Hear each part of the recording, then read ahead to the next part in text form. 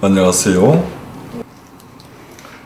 그럼 포스트 코로나와 신냉전 시대의 대응 방안이란 주제를 갖고 시작하겠습니다. 우선 포스트 코로나 시대와 관련하여 살펴보겠습니다.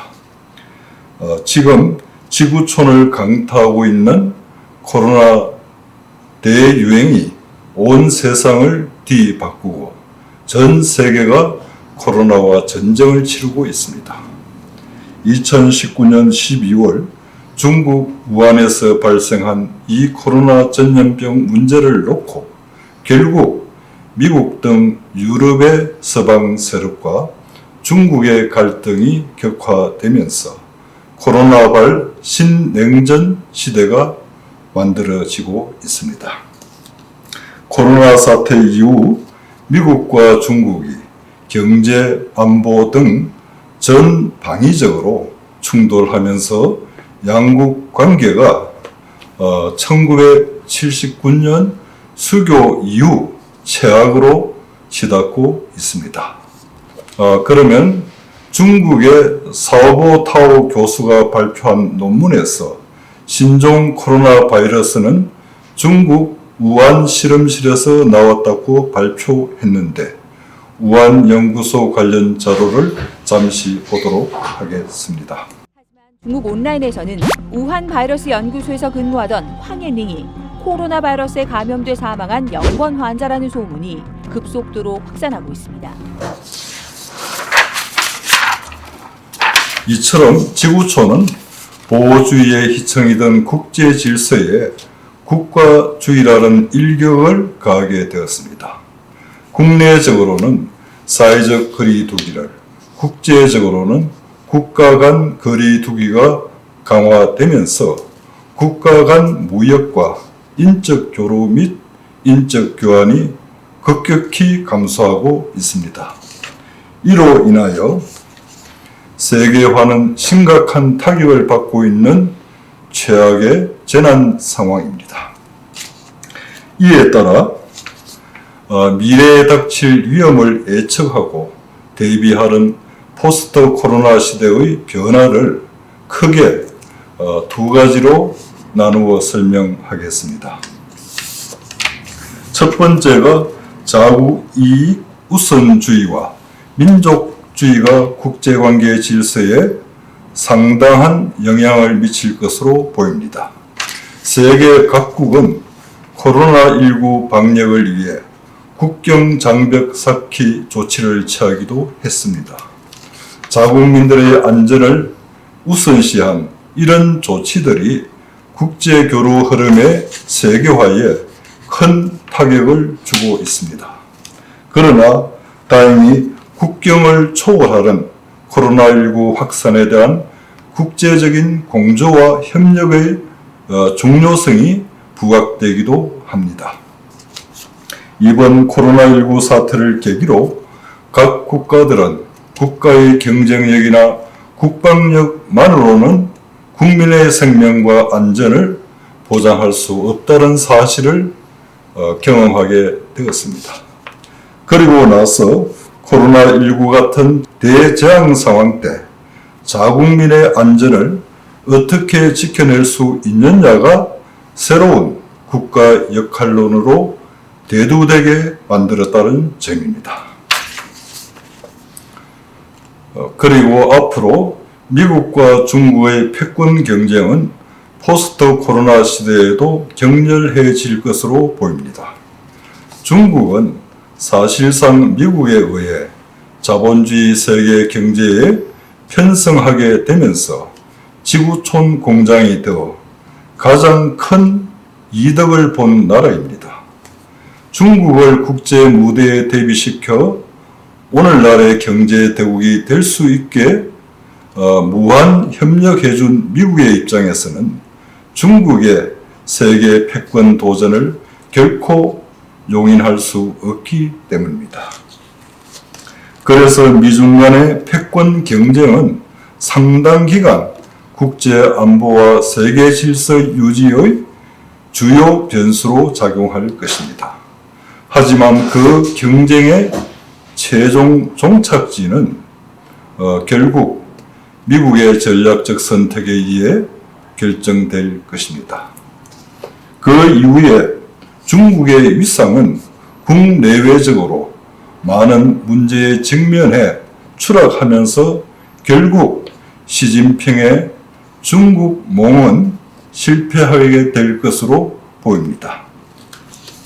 자, 그러면 370조 원이 넘는 부채를 안고 있는 중국의 흥다그룹이 사실상 디폴트, 부도 상태에 빠진 자료와 중국의 화약고인 신장 위구르의 인권 상황에 대한 자료를 함께 보시겠습니다.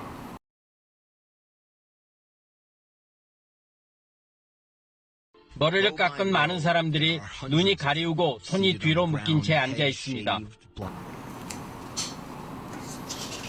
그래서 앞으로는 미중 헤게모니 경쟁이 금방 끝나지는 않겠지만 결국 미국 중심의 글로벌 경제 질서로 재편돼 미국 주도의 패권이 지속될 것으로 보입니다. 그러므로 포스트 코로나 시대의 국제 질서의 주체는 당연히 미국과 미국 금융이 될 수밖에 없을 것입니다. 그렇다면 미중 패권 경쟁의 틈바구니에서 우리 한국이 취할 외교 노선은 분명합니다. 즉 친미 교중 정책입니다. 한미 관계가 가치와 이익의 균형을 갖춘 균형 외교의 동맹 관계라고 한다면 한중 관계는 그렇지 못합니다. 그저 위태로운 관계이고 이것이 한중 관계의 한계성입니다. 다시 말해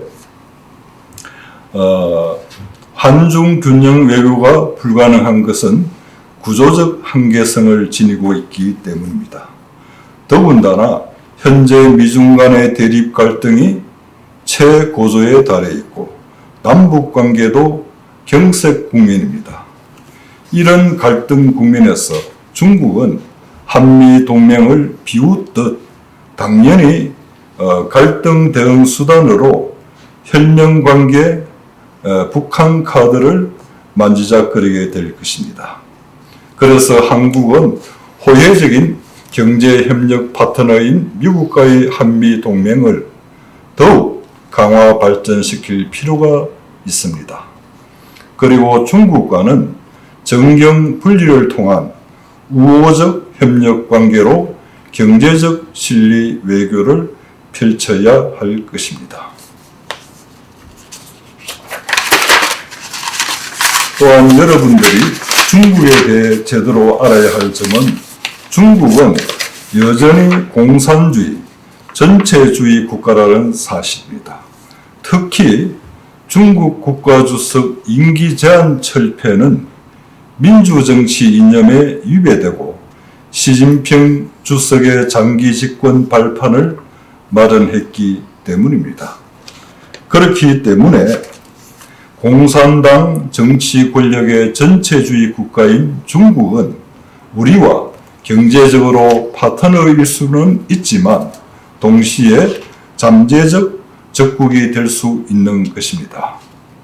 자, 그러면 중국이 지금처럼 공산주의 국가가 아닌 민주주의 국가로 변화할 수 있었던 역사적 사건이 있지요.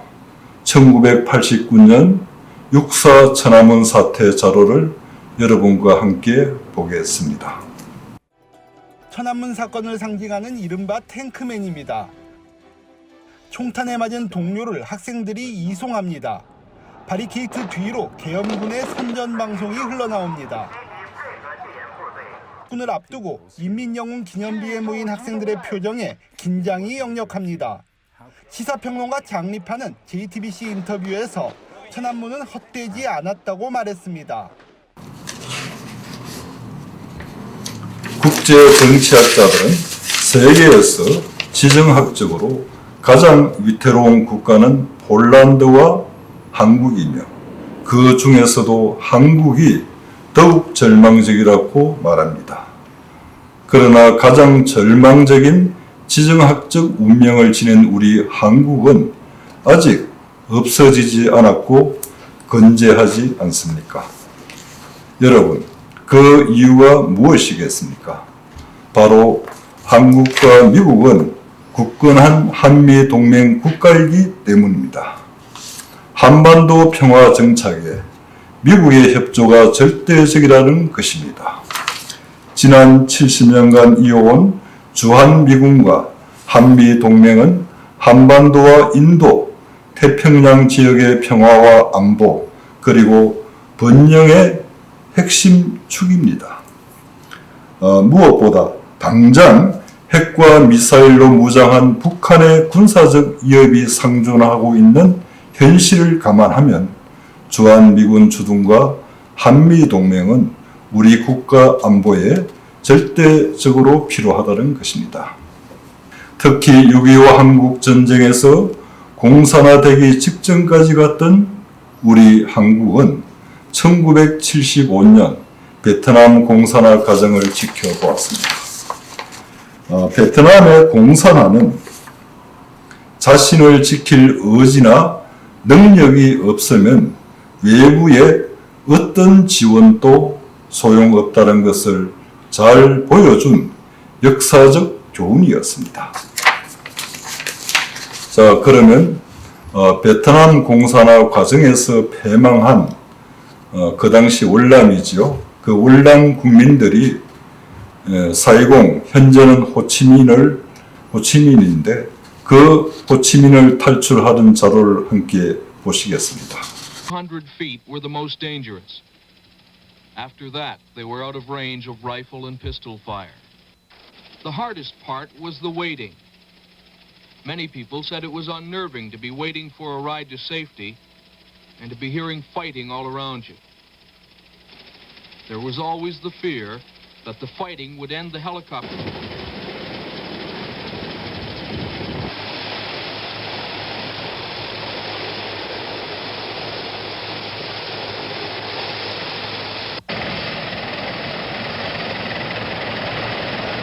South Vietnamese Army pilots flew their families to safety aboard the carriers as well. But because there wasn't room to store their helicopters as well as those flown by American pilots, the Vietnamese were forced to ditch their aircraft at sea. The pilots were picked up by American Navy rescue boats.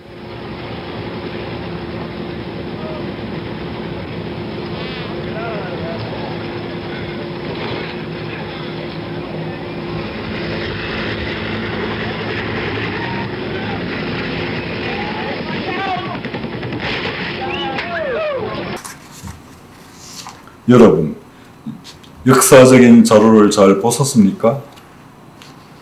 그야말로 이념 전쟁에 불과했던 베트남 전쟁으로 공산화된 베트남을 탈출한 한 4.20 대학생의 피 맺힌 절규 하나를 소개하고자 합니다. 멀리서 공산주의를 바라보니 금강석처럼 반짝이기에 가까이 가서 보니 그것은 피 범벅이 된 눈물이었다. 이것이 바로 공산주의의 민낯입니다. 그리고 국제사회는 냉혹합니다. 그래서 한 국가의 몰락은 그 나라 안에서부터 무너진다는 것입니다.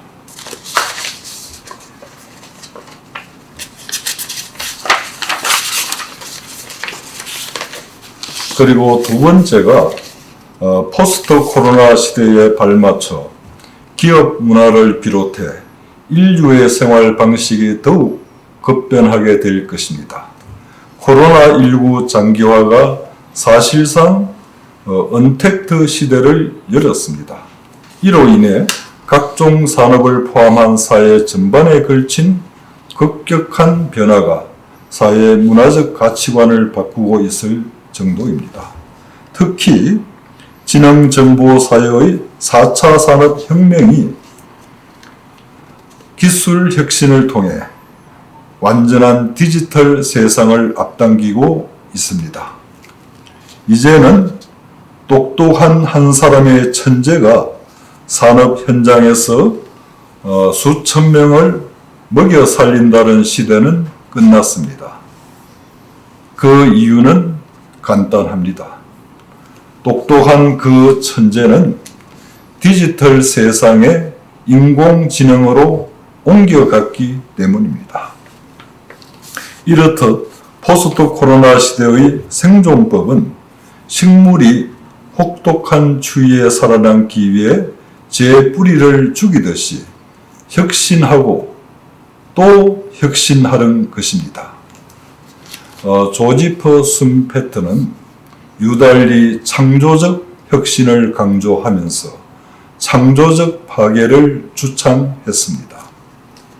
새로운 정신 모형을 위한 과거의 정신 모형을 과감히 없애야 한다는 것입니다.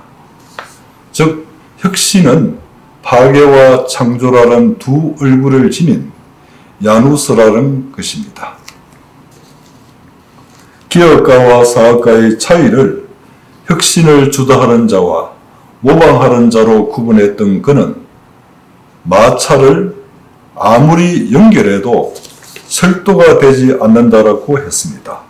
그의 말처럼 기존의 패러다임을 깨고 새로운 패러다임을 구축하는 과감한 대혁신만이 포스트 코로나 시대에 우리 모두가 살 길이라고 봅니다. 여기까지가 포스트 코로나 시대에 예상되는 국제 질서와 경제 사회 문제에 대해 말씀을 드렸습니다.